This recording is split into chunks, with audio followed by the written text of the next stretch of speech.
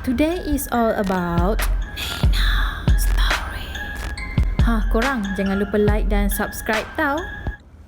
Hey guys, it's me Nina and welcome back to Nina Story. Disebabkan dendam, seorang kanak-kanak yang sangat-sangat naif telah diculik, dibunuh dan dibakar. Kejadian yang sangat menyedihkan ini berlaku sekitar 8 tahun yang lalu, iaitu pada tahun 2012.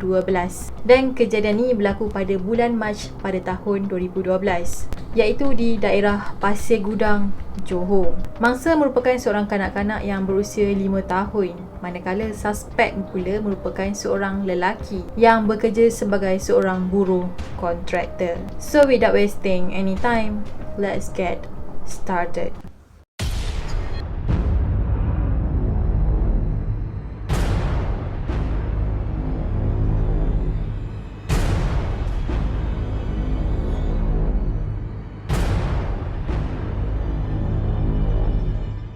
Jadi aku akan teruskan je kepada kronologi hari kejadian.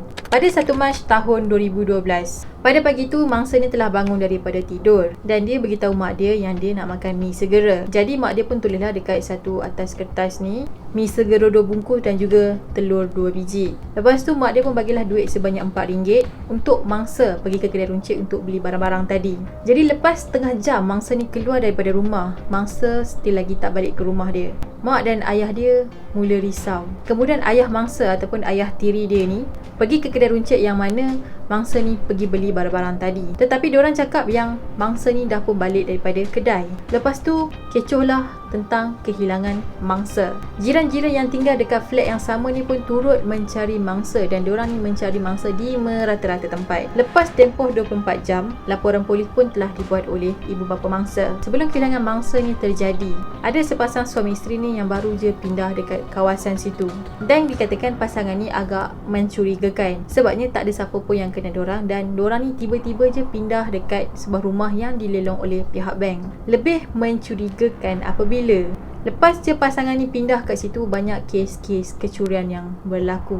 Tapi sebenarnya pasangan ni bukanlah suspek utama dalam kes pembunuhan pada kali ni. Selepas beberapa hari menunggu kepulangan mangsa pada 8 Mac tahun 2012, mayat mangsa telah dijumpai oleh pihak polis berada di ladang kelapa sawit Nusa Damai.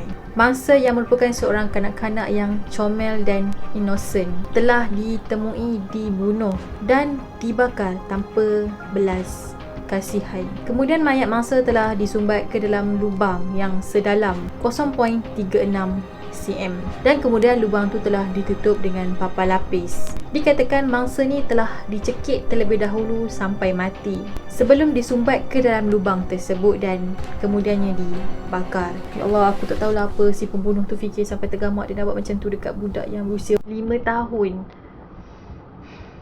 Pakar forensik juga telah menjumpai tengkorak, serpihan kulit kepala mangsa, sedikit rambut dan juga muka mangsa pada ketika itu dalam keadaan yang mendongak. Kaki mangsa juga dikatakan telah bercerai daripada badannya dan dada serta abdomen mangsa sudah terkoyak disebabkan kepanasan haba yang tinggi. Selain itu juga rupa mangsa dikatakan telah rosak teruk. Semasa mayat mangsa dijumpai, ada cebisan kain pelikat yang dimiliki oleh suspek dan suspek ni telah menggunakan kain pelikat dia untuk mencekik mangsa dengan menggunakan kain tersebut. Housemate suspek pun cakap kain pelikat tu suspek selalu gunakan untuk mandi dan juga untuk tidur dan suspek tu mempunyai satu-satu je kain pelikat. Jadi dia camlah kain pelikat yang dimiliki oleh suspek. Jadi setelah penemuan mayat mangsa, polis telah melakukan siasatan secara besar-besaran. Pada awalnya, polis telah menyangka ayah kandung mangsa ni lah yang pembunuh utama ataupun dalang di sebalik kejadian ni. Sebenarnya mak dan ayah mangsa ni telah bercerai dan kemudiannya ibu mangsa ni telah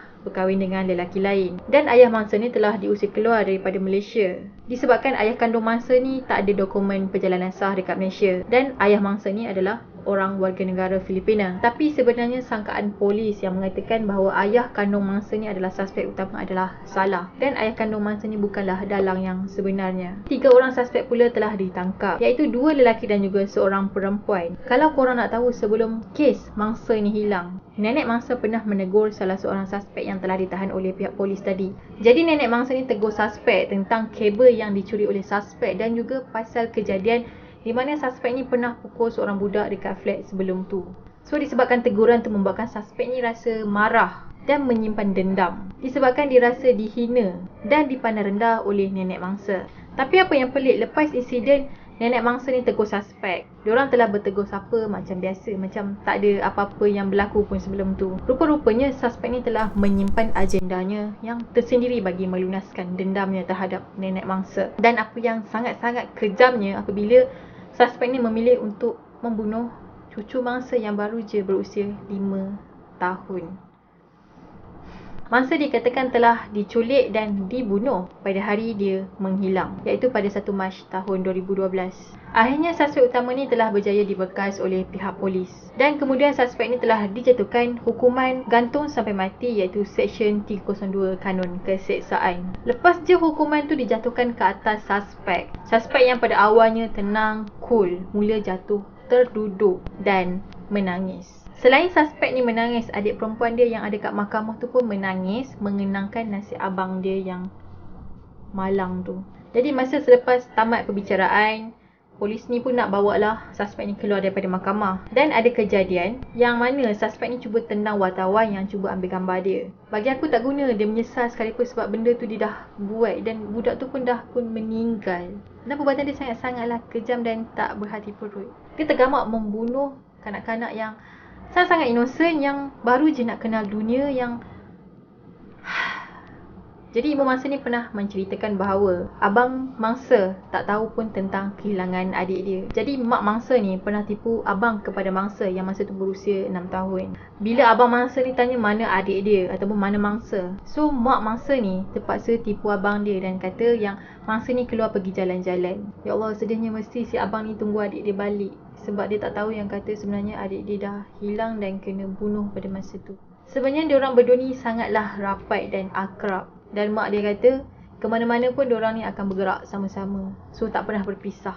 Cuma pada hari kejadian tu, abang mangsa ni tidur dan tak dapat nak teman mangsa ke kedai. Sebenarnya cerita ni agak mengganggu perasaan dan emosi aku tahu sebenarnya masa aku buat research pasal kes ni. Dan yang mana korang tahu pasal kes ni, tahulah sebab aku tak nak sebut nama suspek ataupun nama mangsa sebab benda tu macam agak sensitif. Dan masa aku baca kronologi penuh pasal kes ni, ya Allah, aku tak tahu, aku sebab, aku memang sebab sangat-sangat sebab benda tu melibatkan kanak-kanak. Ya Allah, aku tak boleh sensitif. So guys, please, yang mana ada anak, yang mana ada adik-adik kecil, please jangan biarkan diorang ni bergerak sendirian. Sebab kita punya persekitaran masyarakat sekarang ni sangat-sangat berbeza dan budak-budak yang kecil pun boleh merasa terancam. Please jangan biarkan diorang ni bergerak seorang-seorang ataupun berjalan seorang-seorang. Please berteman, okay? Jangan biarkan diorang bergerak seorang-seorang. Please, please, please, okay? So aku harap cerita pada kali ni boleh bagi kita pengajaran supaya kita lebih berhati-hati dalam menjaga anak-anak ataupun adik-adik kita. And ya, pada korang yang belum lagi subscribe channel ni, boleh subscribe di bawah. Boleh juga follow aku dekat IG dan juga Twitter. Dan korang yang mana minat nak beli tudung bawal cotton 45 yang macam aku pakai sekarang ni dan juga shawl cat ni, korang juga boleh follow dekat IG shop aku. Semua link aku dah letak dekat description box. So korang just pop dekat situ dan follow, okay? Dan ya, macam biasa kita akan jumpa lagi pada video yang akan datang.